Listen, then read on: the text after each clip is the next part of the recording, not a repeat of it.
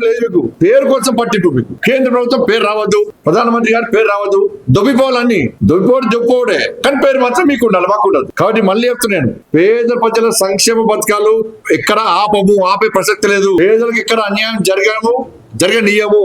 ఇటువంటి ఇండ్ల విషయంలో గాని, గరీబ్ కళ్యాణ్ అనే విషయంలో గాని నేరుగా రాష్ట్ర ప్రభుత్వం ప్రమేయం లేకుండా లబ్ధిదారులకే చెందే విధంగా ఉండే అవకాశాలను చూస్తున్నామేమో. అటువంటి అవకాశం మాకు ఇస్తే నష్టం మీకే, మీ ప్రభుత్వానికే నష్టము. మిమ్మల్ని ఎవ్వరు కూడా ప్రజలను మీ పథకాలు స్వాగతించారు. మీరు ఇచ్చే స్కీమ్ ఏది? ఇంకా ఆరోగ్యాల గురించి మాట్లాడమంటే అవి పక్కకు పెట్టి మీరు 26 జనవరి రోజు నేను సంక్షేమ పథకాలు ఇస్తున్నారు. కొండవి ఎలుగడ కూడా పట్టలేదు. మీరు ఒక్క మండలంలో ఒక్క గ్రామం అట. ఏమైనా పైలట్ ప్రాజెక్ట్ అది ఏమన్నా? మీరు ఏమన్నారు? ఎలక్షన్ ముందు ఏమన్నారు? 2500 రూపాయలు అందరికి ఇస్తున్నారు. ఎంతమందికి ఇచ్చారు? సరే, నిన్న మీరు చెప్పింది రేషన్ కార్డు లబ్ధిదారులు జరిగిస్తున్నారు అంటే ఒక మండలంలో ఒక్క గ్రామంలో లబ్ధిదారున్నారా? అరువులు ఉన్నారా? ఒక మండలంలో ఒకటే గ్రామంలో రేషన్ కార్డు కావాల్సిన ఉన్నారా? ఒకటే గ్రామంలో రైతు భరోసా కావాల్సిన ఉన్నారా? ఒకటే గ్రామంలో కౌలు రైతులు ఉన్నారా? ఇది ఎక్కడ పద్ధతి అంటే? ఆ మండలంలో మిగతా గ్రామాలందరూ ప్రజలు ఓట్లేదు, మీకు ఒకటే గ్రామంలో ఓట్లు ఇచ్చినా మీకు? కానీ ఇచ్చే యోచనలో ప్రభుత్వం లేదు. ఇద్దామన్నా ప్రభుత్వం దగ్గర పైసలు లేవు. ఉన్న పైసలు కాబట్టి ఢిల్లీలో కప్పం కడుతున్నారు, పొట్టు దోసుకుంటున్నారు. ఇది పెద్ద 14% సర్కార్. మళ్ళీ చెప్తున్నది, కుటుంబ సభ్యులు కూడా ఈ అవినీతిలో ఇన్వాల్వ్ చేస్తున్నారు. కాబట్టి 26 జనవరి కోసం ప్రజలు ఎదురు చూశారు. అరే, ప్రభుత్వం రేషన్ కార్డు ఇస్తుంది కావచ్చు, రైతు భరోసా రైతులకు 15,000 రూపాయలు ఇస్తుంది కావచ్చు, కౌలు రైతులకు కూడా 12,000 రూపాయలు ఇస్తుంది కావచ్చు, ఇంటింటికి రేషన్ కార్డు ఇస్తారు కావచ్చు అని ప్రజలందరూ ఎదురు చూస్తే మీరు ఒక్క మండలంలో ఒక్క గ్రామంలో చేస్తామంటే ఇది ఎంత చీటింగ్ చెప్పడం అర్థం చేయండి. వాళ్ళ గింత దుర్మార్గ బుద్ధులు అవి గింత అన్యాయం చేస్తారా తెలంగాణ రాష్ట్ర ప్రజలకు? మీరు వాళ్ళ చిత్తశుద్ధి గ్రామాల్లో రైతు వేదిక పైసలు మాయే, కేంద్ర ప్రభుత్వాన్ని, ప్రకృతి వనానికి పైసలు కేంద్ర ప్రభుత్వాన్ని, శ్మశాన వర్గ పైసలు కేంద్ర ప్రభుత్వాన్ని, కమ్యూనిటీ హాల్ కూడా కేంద్ర ప్రభుత్వాన్ని, 14th ఫైనాన్స్ 15th ఫైనాన్స్ కూడా కేంద్ర ప్రభుత్వాన్ని, గ్రామీణ సడక్ యోజన పైసలు కేంద్ర ప్రభుత్వాన్ని, సిఆర్ఎఫ్ నిధులు కేంద్ర ప్రభుత్వాన్ని, నేషనల్ హైవేస్ కేంద్ర ప్రభుత్వాన్ని, రైల్వేస్ కేంద్ర ప్రభుత్వాన్ని, లైట్లు పోల్స్ కూడా కేంద్ర ప్రభుత్వాన్ని, సబ్ స్టేషన్ కేంద్ర ప్రభుత్వాన్ని. మీరు చెప్పండి స్కీమ్స్ మీ ఇస్తాను 6 గంటలకి అతిగతలేదు మీకు.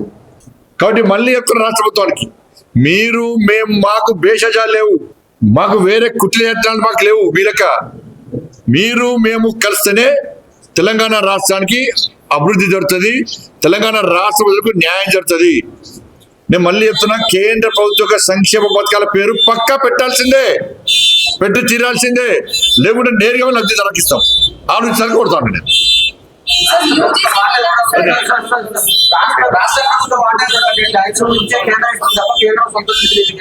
రాష్ట్ర ప్రభుత్వం జేబులోకి ఇస్తుందా? ముఖ్యమంత్రి జేబులోకి ఇస్తుందా? అరే మరి రాష్ట్ర ప్రభుత్వం ప్రజల సొమ్ము కాకుండా ఇంకొక సొమ్ము ఇస్తుందా? అరే పన్నులు ఇక్కడ కూడా కడుతున్నారు ప్రజలు, ఎక్కడైనా పన్నులే. కాబట్టి అంటే ముద్దిస్తారా పైసలు? ఎందుకు ఇస్తారు? రాష్ట్రానికి కేంద్రం ఇచ్చి రాష్ట్ర ప్రభుత్వం ఎందుకు అమలు చేస్తలేదు? ఇంత పన్నులు కడుతున్నాము, ఇస్తాను హామీలు ఎందుకు నెరవేర్చలేదు రాష్ట్ర ప్రభుత్వం? 6 గ్యారెంటీ ఎవరి జాగ్రత్త ఎందుకు ఇస్తలేదు? రాష్ట్ర ప్రభుత్వానికి వేరే దేశం పైసలు వస్తున్నాయి, ఏమన్నా పాకిస్తాన్ బంగ్లాదేశ్ పైసలు వస్తున్నాయా? వాళ్ళు ట్యాక్సీ కడుతురా?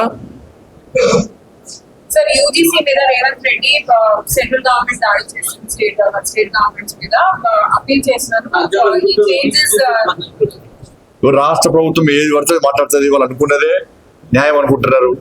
కానీ ఈ మాటలు మేము పట్టించుకోము. ప్రజలకు ఏది న్యాయమో, దేశానికి ఏది అవసరమో దాని గురించి ఇంకోళ్ళు విమర్శిస్తే పట్టించుకునే స్థితి లేదు. న్యాయం చేస్తాం తప్ప. అరే ఉన్నాయి, అమలు చేయమని చెప్పారు. ఫస్ట్ అటల్ పెన్షన్, ఆస్థాన పెన్షన్ ఇస్తారు ఎవరు? 4,000 ఇస్తారు ఎవరు? 4,000 రూపాయలు ఇస్తారు ఎవరు? ఆస్థాన పెన్షన్ ఎంతమందికి ఇచ్చారు? ఎందుకు ఇస్తలేరు? పేర్లు ఎందుకు? ఏదైనా కూడా కేంద్ర ప్రభుత్వం ఒక ఆలోచనతో క్యాబినెట్ నిర్ణయం తీసుకుంటుంది, దాన్ని అమలు చేయాల్సిన బాధ్యత ఎవరిది? రాష్ట్ర ప్రభుత్వాలది. మీ పేరు పెట్టుకొని ఇబ్బంది లేదు, చెప్తే కదా, ఇంకా వదిలిన పేరు పెట్టుకొని ఇబ్బంది లేదు.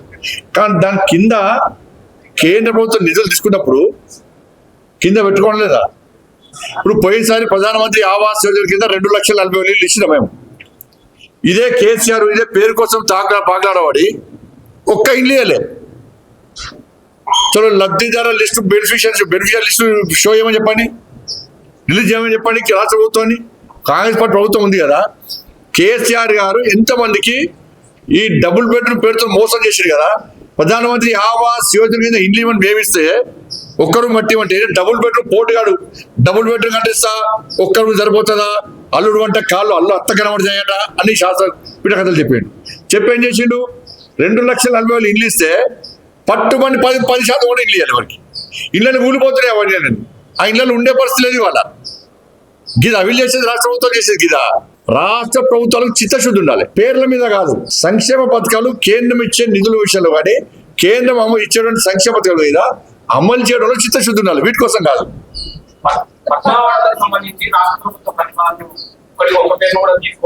రాష్ట్ర ప్రభుత్వం ప్రతిపాదన పంపే సమయంలో ఎవరి పేరు పంపడం వాళ్ళ పేరు పంపాలి. కేంద్రం ఆలోచిస్తుంది. మీరు పంపిన పేర్లను ఇస్తారా? ఇది అన్ని ఆలోచిస్తారు. పంపేటప్పుడు కూడా జాగ్రత్తగా పంపాలి, మంచి వ్యక్తుల పేరు పంపాలి. వీళ్ళు మంచి వ్యక్తులు కాదంటలేదు, పద్మశ్రీ అవార్డు వచ్చేటువంటి స్థాయి వ్యక్తులు పంపాలి, పంపిస్తారు. ఎట్టిస్తామన్నా ఎట్టిస్తాం, గద్దరికి ఎట్టిస్తాం చెప్పండి అనే భావజాలం ఏంది? ఎంతమంది భారతీయ జనతా పార్టీ కార్యకర్తలను మర్డర్ చేసిన వ్యక్తులు ఆయన ఎట్టిస్తామేమో పక్కా అయ్యాం. మా కార్యకర్తలను చంపితే మా కార్యకర్తలు చంపిన కార్యకర్తలు పాటలు పాడిన వ్యక్తి గద్దర్. అనేక మంది పోలీసులను ఎన్కౌంటర్ చేసిన విషయంలో గద్దర్. ఎట్లిస్తాం? మీరు అంతం ఇస్తాం ఏంది అవార్డ్స్? భయపడే ప్రసక్తి లేదు, వెనుకపోయే ప్రసక్తి లేదు. 100 మంది భారతీయ జనతా పార్టీ కార్యకర్తలు నమ్మిన సిద్ధాంతం కోసం భారత్ మాతా కీ జై అని చెప్పి ఆందోళన చేస్తుంటే నక్సల్స్ భావజన గద్దర్ మా కార్యకర్తలు హత్య చేయించిండు. ఎన్ఐఏ వచ్చి ఎంక్వైరీ చేసింది గద్దర్ గారి మీద. అనేక మంది పోలీసులను ఎన్కౌంటర్ పేరుతో మర్డర్ చేసిండు. అటువంటి వ్యక్తిని ఏ విధంగా అవుతారు ఇవాళ? ఇది ఈ రాష్ట్రము మరి పోయినసారి వచ్చినాయి, పుట్టుబడి వచ్చింది తెలంగాణకు. అప్పుడు ఏమన్నారు మరి? అప్పుడు ఈ రాష్ట్రము ఆ రాష్ట్రము, ఈ ప్రాంతము ఆ ప్రాంతం అని చెప్పి ఎటువంటి ఆలోచన ఉండదు. ఈ రాష్ట్రానికి ఇవ్వాలి, ఈ రాష్ట్రానికి ఇద్దని ఇక్కడ ఉండదు. ఇవన్నీ మళ్ళీ ఒకసారి తెలంగాణ సెంటిమెంట్ ను మీరు రగిలిస్తా.